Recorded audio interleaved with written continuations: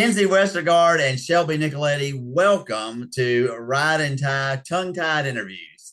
Hi, thanks for having So glad that you guys are here. You are here for a couple of wonderful reasons. First, you did your first Ride and Tie ever recently, and you did it at Shanghai Trails in Pierce, Texas, and that is wonderful because Ride and Tie is such an East Coast and West Coast sport. Anytime we get folk in the middle, we are so excited, and so you are already superstars in the Ride and Tie pantheon for what you've done.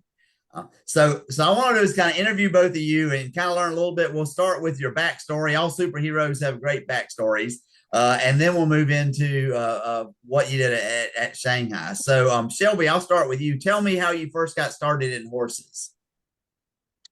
well, I think it's been as long as I can remember, really. Always grew up riding horses. Um, just got every chance I could to ride, and we were military family, so got to ride all over the country. My parents were great enough to allow me to ride everywhere we went, which was great. And then decided at 18 to make it a career. So been doing in the professionally riding and training and instructing for a little over 25 years now. Oh, wow. So Um, that's your career then. it is. In the past 15 years, been doing therapeutic riding, so Mhm. helping people with special needs and veterans. And yeah, that's how I met Kenzie. So we worked together at Texas Therapeutic Riding Center, just east of Dallas. So it's a great place. Wonderful. So, Kenzie, obviously you got to meet Shelby through that, but But before then, how did you get into riding? And also, you got to tell us about your horse there too. Yes. Well, this is Titan. He's the horse we did our race on. So he's pretty cool and just falling asleep right now. Um, well, I never really outgrew the horse phase, so I was just into horses all my life. And then my grandma actually gifted us three horses when I was a teenager. And so it's kind of like I had horses, but I was kind of outside of the horse world. And so more recently, I've learned about endurance riding and have come into that a little bit. And so glad I get to borrow this guy and go have some fun. Yeah. And actually, I think Titan is the first horse who's ever appeared on one of our tongue tied interviews. So Titan, good for you, buddy. Well, so tell me a little bit. I don't know which one wants to start, but how you found ride and tie, and then how you decided you wanted to try your first ride and tie. Well, Shelby, you did one before me. Yeah, I did one in Waco back after I graduated at Baylor University. I was down there working at a barn, and I did one with a buddy, but it wasn't very organized like the one we just did. So it was very grassroots, and it was amazing. But I just did that because I've always been a runner. Um, and I hadn't done it since. And so again, always loved to ride, loved to run. And then Kenzie and I decided let's do something fun. So we decided on the ride and tie, and it was amazing. All right. And did you do any training ahead of time for it? So we had we actually ran together one time, but we were training separately. Mhm. And there's kind of a nice little track um here at TXTRC that I was able to keep this guy fit. So we move a lot, and working for TXTRC, we're probably putting in anywhere between 10 to 15 miles on our feet just in steps. So Yeah. So race day comes, and just either one of you just tell me all about your race at Shanghai Trails. it was a lot of fun. We were hoping there would be other runners there, but we were the only ride and Mhm. tie team. And we were also hoping to find more races here, but I guess being in Texas, it's really hard to have one. Um, but we decided to pace like and switch every 2 miles, and that seemed to work for us. So we would tie them up, get on, run, and then switch. And it was just a really fun experience to do that. Any neat stories? Anything neat happen while you're out there? Well, we were hoping to see a gorilla panther. And what is that? On the liability release It says that there's been sightings of a panther and even a gorilla, and so we were giggling about that because we don't know what the back history of that is out there. But that was on the liability release, was to expect animals that could include a panther or a gorilla. Wow. Now that's a gorilla and riding tie. That's something I've never heard of. A panther too, really. But wow, that's cool. That's cool. Yeah. So what distance did you do? The 14. Okay. And were there endurance horses on the trail with you, or was it a separate loop? Yes. We were all together.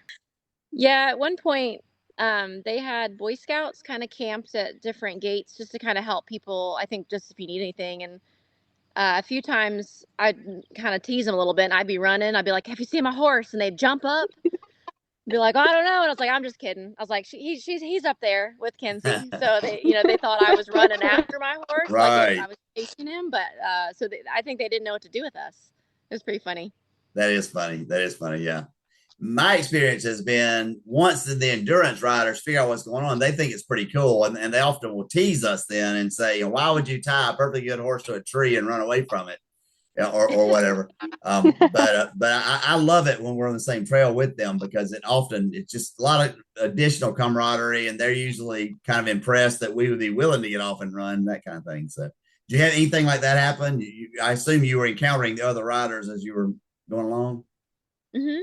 Yeah. Everybody was great. Yes, they were, very supportive, very encouraging, and very respectful. Good. Yeah. And then that's just great. I mean, our two sports are so similar. It's almost the same sport. We just kind of have an additional little twist. And so I love it when we get to do that with them. Well, Kenzie, tell me a little bit about Titan, since he's right there. We need to take advantage of that. So Titan belongs to Taylor Murphy, and she has had him since he was very young. He's about 10, and she trained him in ranch versatility. And he is a very versatile horse, but he loves to move, and he has a massive trot, and he can cover some ground really quick. And he's a Morgan. He's a Morgan, okay. And he did okay at the ties. Did he pretty relaxed at the ties? Oh yeah, he did great, and he was ready to do the race all over again. Yeah. My experience has been, once horses kind of figure out what's going on, they kind of look forward to the ties. They realize, oh wow, I get a rest. I'm happy with this. Shelby, just in a nutshell, tell me a little bit about your therapeutic work, because horses are just they're not just for recreation, but they are so powerful to help people. So tell me a little bit about that, if you don't mind. Yeah. Like I said, about 15 years ago, I answered an ad needing a riding instructor, therapeutic riding instructor, and I had no idea what that was. I was doing hunter jumpers professionally and starting horses and stuff, and so I just thought, I was like, I'll go check it out and kind of see what is this? What are we doing? Pony rides? Like, what are we doing here? And I had the pleasure of starting my therapeutic riding career with an exceptional mentor who said, no, these horses, we go to shows, we perform, they're sound, these riders ride, like you're teaching riding skill, and these athletes, these riders are just incredible. So at our center, we do therapeutic sports riding. So like I'm a certified professional therapeutic riding instructor. And so I teach riding skill. So I'm not an OT or PT, but we teach riding skill, but with overarching goals in mind to help our riders in their daily living. But yeah, we go to shows about once a month, and we've got about a 10 horse herd, and it's fantastic. So it's been a huge blessing in my life. Obviously I've gotten tenfold more than I've given, and it was an incredible career move that I was not expecting. Oh, that's so wonderful. So wonderful. I mean, it's another reason why horses aren't just animals or pets or whatever, but they are so powerful to help in that way. That's great. That's great. Right. Okay. Well, between the two of you, both of you might want to answer this question, but if somebody is interested in doing riding tie, y'all were the only team at Shanghai, you wanted some competition. What would you say to somebody that says, I don't know about this, my horse won't tie, or I don't know about this, do I want to run? Or give us some good encouragement. I think you just have to start somewhere. I mean, you know, just start walking, start trotting, you know, and build up on that and if you have a goal and you can get there. Yeah, I think for me personally, I recently got into distance running, and so my goal was to train for a 10K. And then I just made sure my horse worked 5 days a week, and then we just brought it together. Yeah. Well, one more thing I'd like to mention to you guys, and I want to say it on this in this venue though, because others might want to know as well. You said, you know, boy, we'd like to have some more venues and whatnot out there. Ride and Tie is very, very serious about trying to expand our sport, and it really works in the same thing that you just experienced, where if we can kind of tag along with an endurance ride. And so if there's an endurance ride managers ought to know that it's very easy to add Ride and Tie. You already are marking the trails. You already have your vets. The Ride and Tie is not going to add a lot to you, but you're going to get the extra money for the entrance fees, which is always helpful because the entry fees, because endurance riding and Ride and Tie, you're often running on a shoestring. And currently the Ride and Tie board is offering a $200 stipend for races that want to offer Ride and Tie at their endurance ride, and if it's never been offered that ride before, there's an additional $100. And so that's a $300 little sweetener that really helps. And as I mentioned before, most of the endurance riders, I think, love having riding tires out there. Another thing that often happens that I've discovered is I'll be out there and I'll see a boot on the ground, a horse boot that the horse has kicked off, and I'll pick it up and throw it in my pack or throw it in my saddlebag. And if you're riding, you might not see that, but if you're on the ground, you see it. I've picked up all kind of things. And there have been times also when an endurance rider has fallen off the horse and I happen to show up on foot, and I can then grab the horse or help him get mounted back up or whatever. And so there's a lot of benefits to Ride and Tie being connected to an endurance ride. So that's something that I just, y'all already know that probably, but I want to say that so that if a ride manager happened to be watching this, they would know. Right. Well, anything else you guys want to say about horses, about Ride and Tie, about endurance, whatever? We need more rides. Do more. Yeah. We need some. We need some in Oklahoma too. Right. Absolutely. Anywhere in the middle part of the country, we want it. Absolutely. Yeah.